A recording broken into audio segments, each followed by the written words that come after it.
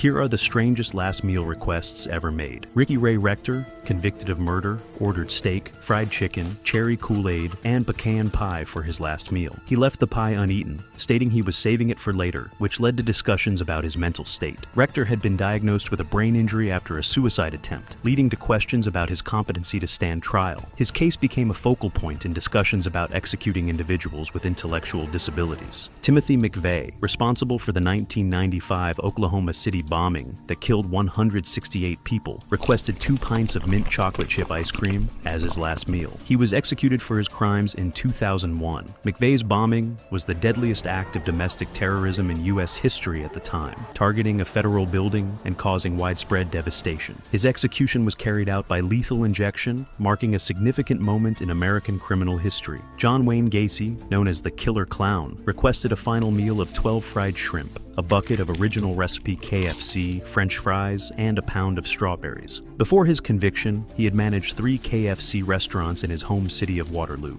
Gacy was convicted of murdering 33 young men and boys between 1972 and 1978, many of whom he lured to his home before strangling or suffocating them. John Spenkelink requested a flask of Jack Daniel's whiskey as his final meal, which he shared with the prison superintendent. Following his execution, Florida revised its last meal provisions to exclude alcohol. Spenkelink was convicted of the 1973 murder of a man named Grover Floyd Floyd, whom he shot during a robbery. His execution was the first in Florida since the U.S. Supreme Court reinstated the death penalty in 1976. In 1963, Victor Harry Fager, the last person executed in Iowa, requested a single olive with the pit still in it for his final meal. He hoped the pit would sprout into an olive tree after his burial, symbolizing peace. After his execution by hanging, the pit was found in his suit pocket, confirming his intent. Fager had been convicted of kidnapping and murdering Dr. Edward Bartels, a physician he lured to his home under the pretense of needing medical attention. Aileen Wuornos, a convicted serial killer, declined a special last meal and instead received a cup of black coffee. She believed she was not going to die and made a cryptic statement before her execution.